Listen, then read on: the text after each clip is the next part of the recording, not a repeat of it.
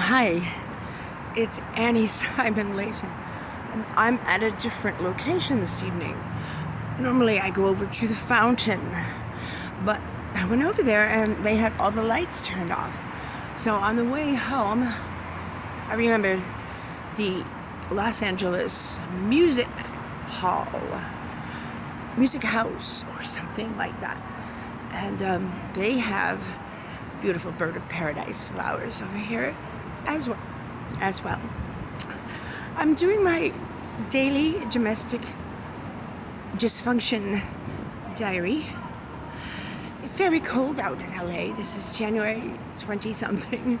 And so I'm walking a bit briskly.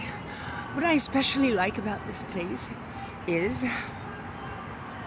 the foliage, the palm trees, and the beautiful gardens that are a great backdrop for any scenario, even if you're running from the cops. As an innocent suspect of unknown origin, of course. Never have I ever been guilty of anything worthy of running from the cops. Quite frankly, I'm more bound and apt to run to the cops. But you know, in LA, that's just not the thing to do, because for lack of anyone else to capture, they'll just capture you because you're like low-hanging fruit, you know. What a marvelous location. There has been some drama today, of course, and I'll get to that in a minute. I just want you to take in the music hall. It's like a beautiful square, but very modern. Not like the Florence Square in Italy, but not quite. But most importantly, I want you to see this in the background. It's a beautiful tower of some sort. I don't know what the name of it is. I'm just still very new here in LA because, you know, Lovey, he's not really taking me anywhere special. We're a little bit tapped financially because of COVID, of course.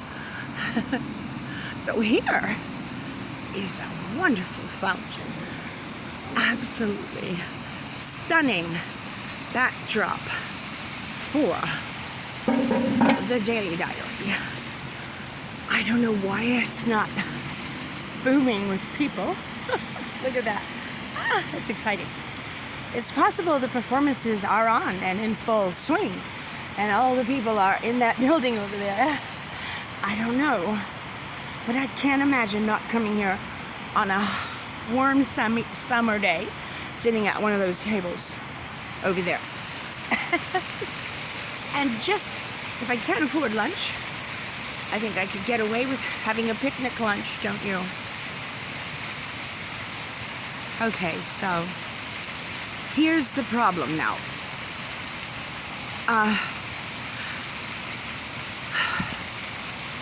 As you know, I was injured in 3 places: the hip, the shoulder, and the right hand. A couple months ago. I'm still banging on doors and begging for health care. That's another chapter, another channel. The Medi-Cal healthcare debacle.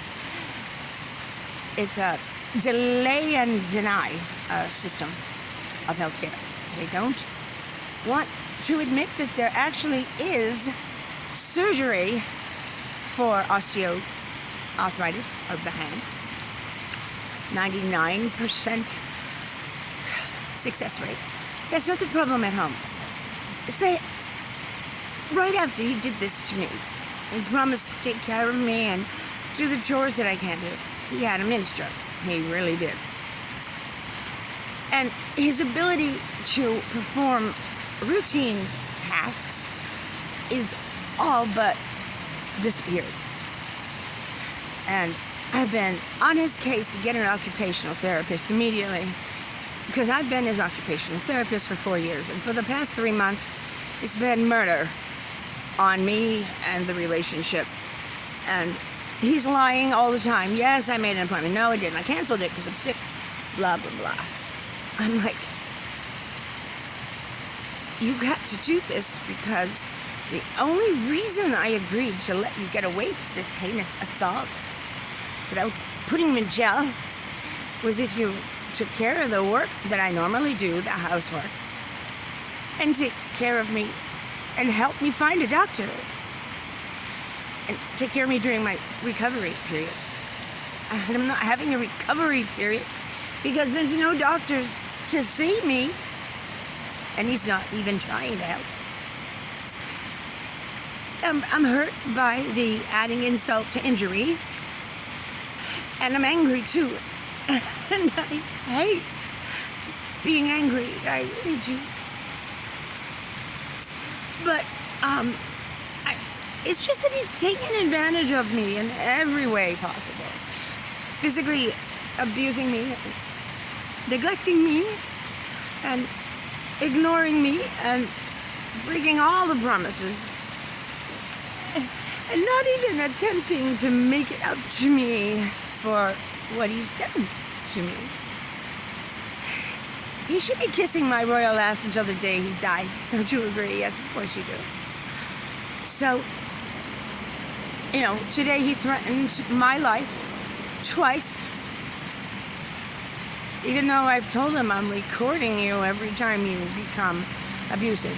It wasn't in the middle of a fight that should have ever been considered abusive until he blurted that out, and I didn't have my recorder running. So, I really believe, and I read about this on the website regarding stroke survivors, men in recovery from stroke will pretend to not be able to do things. And he said this to me, admitted it blatantly a while back, that he doesn't want an occupational therapist because he doesn't want to learn the skills that he thinks he used to have, because I told him, you used to have these skills. He doesn't remember what he used to know. That's one of the things about being a stroke survivor. You don't remember what you forget. And I said, he said, so I don't really want to learn those skills again because as it is right now, I don't have to do anything because I can't. That's double insult to injury, and I am livid, just livid, that he would have the nerve to say that to me. And I said, the days of me being your slave are over. And you simply have to do these things, because if you don't, it's another form of abuse. It's another form of exploitation. You can't force me to be your slave when I'm physically disabled and unable to do that shit, and the house will turn into a pigsty, and I'll have to call the Department of Health and have you committed for being too incompetent to do anything. I'm competent. I told him I would teach him. He won't show up for his lessons. Doesn't want me to teach him. Defies me, no matter what note I write for him or what written tool I take hours of my precious time to do and give to him. He just takes great pleasure in ignoring all of my cute little suggestions and my promises of a happier life if you do this for me. He doesn't want happiness. He wants laziness, craziness, and lots of mental haziness. Oh, there's a nice view behind me, huh? And that's the tower of I don't know what. It certainly isn't the Leaning Tower of Pisa. That's for sure. Okay, so I'm in this music hall, and I'll bet you there are a dozen beautiful concerts taking place here every night. And I said to him one day, why haven't you ever taken me to the music hall? All these wonderful theatrical performances and musical talent that's here in LA. He's too lazy. Would rather spend his money on, I don't know what he spends his money on, but it isn't me. That's for sure. It sure isn't me. I'm so sad that he doesn't seem to be interested in enjoying the beautiful natural culture of LA anymore. He just wants to sit around and watch TV on his laptop, bouncing atop his belly. And just a couple days ago, I finally got a big screen TV. And I said, this is where I'll be watching my TV. Not on your bouncing belly of a little tiny laptop, that's for sure. I'm sick of that shit. Really sick of that shit. It's so not me.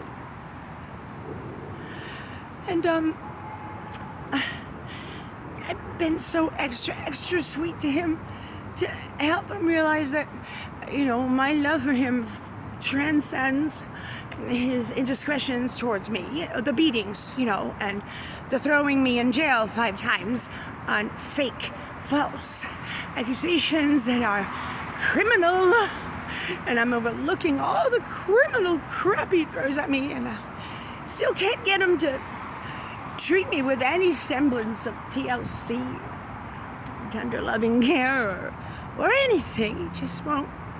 He won't do anything nice for me anymore. I don't understand it because I'm so worthy. He's just not good enough for me, basically. That's the problem. I'm at my wit's end, of course. I'm always at my wit's end. And, can't imagine finding a way out of this one and coming out unscathed. I just don't know. I can't imagine it. But that's all for now. I'll catch up with you as soon as I can catch up with him. Good night, San Simon Layton. Ciao. Security. Security. There's no security here. Take me away.